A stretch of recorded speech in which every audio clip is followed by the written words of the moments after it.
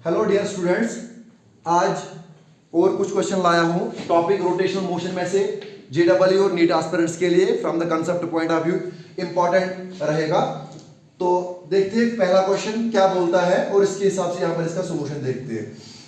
A horizontal disc is free to rotate about its axis perpendicular to plane of disc and passing through center.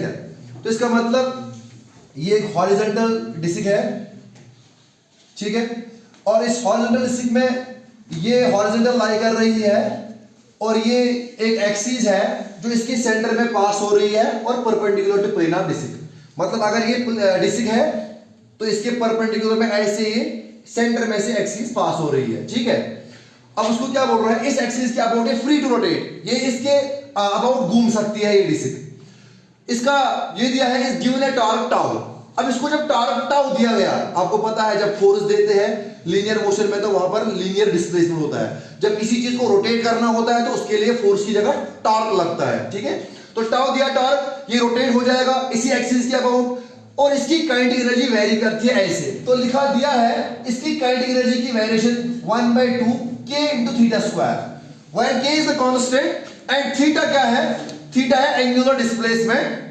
अब हमको निकालना क्या है, find angular acceleration। अब हमको angular acceleration निकालना है। पहले angular acceleration होता क्या है, आपको पता है angular acceleration अल्फा वो होता है rate of change of angular velocity, alpha होता है d omega by dt, ये हमको निकालना है। If moment of inertia of the disk about the axis to the center is I, इसी एक्सिस के अबाउट अगर moment of inertia I दिया है तो हमको इसका निकालना है अल्फा। अब इनके ऑप्शंस में अगर देखोगे k थीटा i सब में है तो आपको निकालना है alpha in terms of k theta and i। अब कैसे निकालेंगे, काइनेटिक एनर्जी की वेरिएशन दिया है 1/2 k थीटा स्क्वायर, लेकिन हमको एक बार और बात पता है, जब कोई बॉडी रोटेट करती है अबाउट एनी एक्सिस उसकी काइनेटिक एनर्जी किसके बराबर होती है, वो होती है बराबर 1/2 i into omega square, where I is the moment of inertia and omega is the यहां पर दिया है angular velocity, ठीक है। यहां पर एक k थीटा स्क्वायर है तो मैं यहां पर भी k थीटा स्क्वायर ही लिखूंगा। अब देखो यहां पर हमको जो काइनेटिक एनर्जी नॉर्मल में होती है 1/2 mv स्क्वायर, रोटेशनल मोशन में m की जगह क्या आता है I मोमेंट ऑफ इनर्शिया और v की जगह क्या आता है ओमेगा एंगुलर वेलोसिटी, ठीक है। तो हम ये लिखेंगे, इन दोनों को इक्वेट करेंगे तो 1/2 i omega square is equal to k theta square. यहां पर ये k थीटा स्क्वायर ही था इसलिए मैंने k थीटा स्क्वायर लिखा, मैंने 1/2 ऐसे लिखा। अब सुनो बेटा, अब इसको हमें निकालना है असल में अल्फा। हम इसको करेंगे differentiate on both sides, differentiating on both sides with respect to t। तो हमको क्या मिलेगा 1/2 और i कांस्टेंट है, मैंने पहले ही बाहर निकाला। फिर ओमेगा स्क्वायर का डिफरेंशिएशन निकलेगा 2 ओमेगा और इंटरनल निकलेगा omega D omega by dt।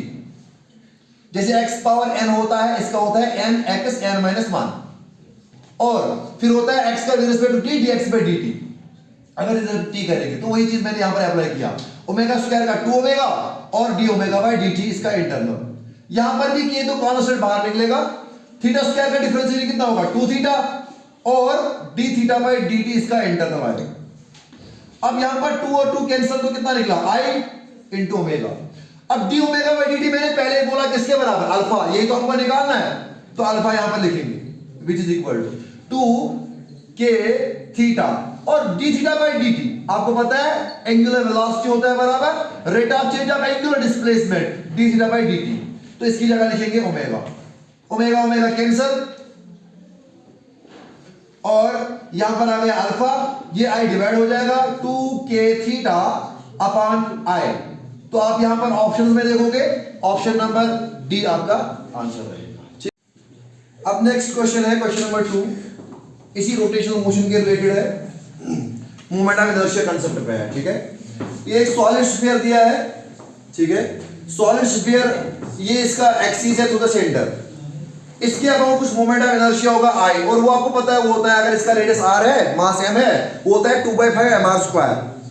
मुझे उधर नहीं जाना है, मुझे यहां पर ये एक्सिस है इसके अबाउट हम रखेंगे moment of inertia I about the centre.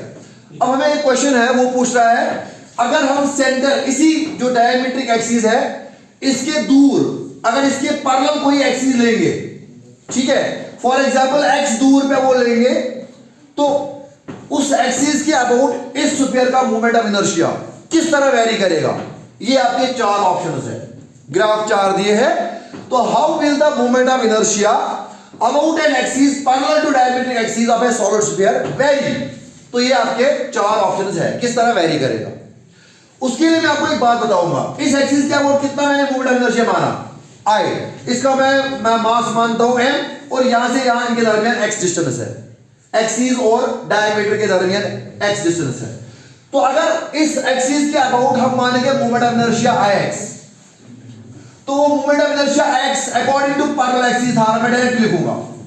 Parallel axis theorem क्या बोलती है कि मोमेंट ऑफ इनर्शिया एक एक्सिस के अबाउट क्या होता है, जो सेंटर ऑफ मास में या सेंटर में से मोमेंट ऑफ इनर्शिया होता है, प्लस इन दो के दरमियान कितनी यहां पर डिस्टेंस होगी m इनटू वो डिस्टेंस का स्क्वायर, वो मैं यूज करूंगा।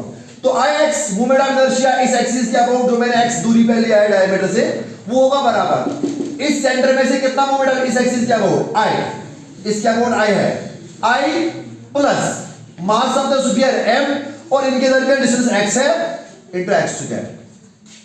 अब यहां पर ix आप देख रहे हो कि x के रेस्पेक्ट में किस तरह वेरी करता है, स्क्वायर स्क्वायर यहां पर स्क्वायर पे डिपेंड करता है, x स्क्वायर पे डिपेंड करता है। तो इसका मतलब पैराबोलिक वेरिएशन होगा, क्या होगा, पैराबोलिक वेरिएशन। तो इसका मतलब दो ऑप्शन तो रिमूव हो गए, ये लीनियर है तो ये आंसर नहीं हो सकता है, ये लीनियर है तो आंसर नहीं हो सकता है। अब पैराबोलिक वेरिएशन हमारे पास दो है, या ये या ये। अब इसमें देखेंगे कौन सा आंसर होगा। यहां पर देखोगे आप x0 पे ix0, हम यहां पे x0 पुट करते हैं तो ix आपको कितना निकलेगा, i प्लस इसका 0 बनेगा तो वो निकलेगा ix इक्वल टू i। तो मतलब ये हुआ x0 पे आपका कुछ ना कुछ वैल्यू आएगा, x0 पे आपका 0 वैल्यू नहीं आएगा। यहां पर x0 पे 0 वैल्यू, तो ये ऑप्शन भी रिमूव। तो इसका मतलब जो इसका वेरिएशन होगा इस एक्सिस के about moment of inertia solid sphere का, उसका आंसर ये बनता है बी पार्ट, इस तरह से वेरी करेगा। ठीक है। अब क्वेश्चन नंबर 3 इसी रोटेशनल मोशन में मोमेंट ऑफ इनर्शिया पे एक और है, वो है यहां पर ये एक रॉड है, इस रॉड के इस साइड में भी अटैच एक सॉलिड स्फीयर है, इस साइड में भी एक अटैच एक सॉलिड स्फीयर है, इसका रेडियस भी r, इसका रेडियस भी r, मास m, और इस रॉड का लेंथ है 2r। अब हमको बताना है इस पूरे सिस्टम का मोमेंट ऑफ इनर्शिया कितना होगा about the axis passing through centre of the rod perpendicular to the rod, ये हमको बताना है। तो मैंने इसका नाम माना इस एक्सिस का AB, ठीक है। अब सुनो, इस एक्सिस के अबाउट इस पूरे सिस्टम का मोमेंट ऑफ इनर्शिया किसके बराबर होगा, वो होगा इस स्फीयर का मोमेंट ऑफ इनर्शिया इस एक्सिस के अबाउट प्लस इस स्फीयर का प्लस इस रॉड का, उन सबको सम करेंगे तब जाके हमें टोटल मोमेंट ऑफ इनर्शिया मिलेगा इस पूरे सिस्टम का इस एक्सिस AB के अबाउट। अब यहां पर एक और बात, क्योंकि ये स्फीयर भी m मास और r रेडियस का, m मास और r रेडियस का, और यहां पर भी उतना ही दूर है, यहां पर भी उतना ही दूर है, तो अगर मैं इस स्फीयर का मोमेंट ऑफ इनर्शिया निकालूंगा तो इन दोनों का निकाल सकता हूं मल्टीप्लाई 2 करने से, ये बात तो क्लियर है। तो पहले मैं वही निकालूंगा, उसके बाद रॉड का निकालूंगा। तो मैं निकालूंगा moment of inertia of sphere, एक स्फीयर का अबाउट एक्सिस AB, इस AB एक्सिस के अबाउट वो किसके बराबर होगा मैं बताऊंगा। हमें एक थ्योरम है मोमेंट ऑफ इनर्शिया में, इसको बोलते हैं पैरेलल एक्सिस थ्योरम। वो बोलती है किसी भी एक्सिस के अबाउट अगर वो सेंटर ऑफ मास के एक्सिस के पैरेलल है, जो सेंटर ऑफ मास इसका ये है, यहां से एक एक्सिस जा रही है, ये वाली एक्सिस के पैरेलल है, तो इस एक्सिस के अबाउट जो मोमेंट ऑफ इनर्शिया होगा वो होगा इस एक्सिस के about plus mass of the sphere into in दोनों के दरमियान डिस्टेंस। अच्छा, इन दोनों के दरमियान डिस्टेंस कितना होगा, ये टोटल 2r है, तो यहां से यहां तक r और यहां से यहां तक r, तो टोटल डिस्टेंस इनके दरमियान होगा 2r। यहां तक r है और यहां से यहां तक r है, तो इन एक्सिस के दरमियान टोटल डिस्टेंस कितना होगा 2r। तो हम निकालेंगे इस एक्सिस AB के अबाउट मोमेंट ऑफ इनर्शिया, वो होगा अबाउट o डैश कितना होगा इस स्फीयर का plus m into distance square, distance है 2r। तो मैं लिखूंगा इधर वो होगा I o डैश इस स्फीयर का, o डैश के अबाउट कितना है प्लस इन दोनों के दरमियान डिस्टेंस स्क्वायर और मास m है, डिस्टेंस कितना है 2r स्क्वायर, तो कितना आएगा। अब डायमीटर के एक्सिस के अबाउट या सेंटर में जो एक्सिस जा रही है उसके अबाउट स्फीयर का मोमेंट इनर्शिया होता है 2/5 mr स्क्वायर, और इसका आ जाएगा 4 mr स्क्वायर। तो कितना आएगा मल्टीप्लाई करके 20 प्लस 2 हो गया 22 mr स्क्वायर डिवाइड बाय 5। ये निकला हमें एक स्फीयर का मोमेंट ऑफ इनर्शिया अबाउट इस एक्सिस AB। इसका भी अगर ऐड करेंगे तो इसका भी उतना ही होगा, तो दोनों स्फीयर का इस एक्सिस के अबाउट कितना होगा इसको मल्टीप्लाई 2 करेंगे, मतलब moment of inertia for both spheres about axis A B वो का बराबर 2 इंटू जो ऊपर एक एक्सिस के अबाउट निकला 22/5 mr²। अब 22 इंटू 2 कितना हो गया 44 डिवाइड बाय 5 इंटू mr²। तो ये निकला बेटा बोथ स्फीयर्स का, इस स्फीयर प्लस इस स्फीयर का moment of inertia about the axis A B. अब हमको और क्या करना है इस रॉड का, अब वो मैं आपको इधर बताऊंगा। अगर कोई भी रॉड होती है सेंटर में इसकी एक्सिस पास जा रही है perpendicular to the this rod, अगर इसकी लेंथ l है तो इसका मोमेंट ऑफ इनर्शिया कितना होता है, मास ऑफ द रॉड अगर है ml² divided by ml² divided by 12। ये मोमेंट ऑफ इनर्शिया होता है एक रॉड का अगर इसका मास m है।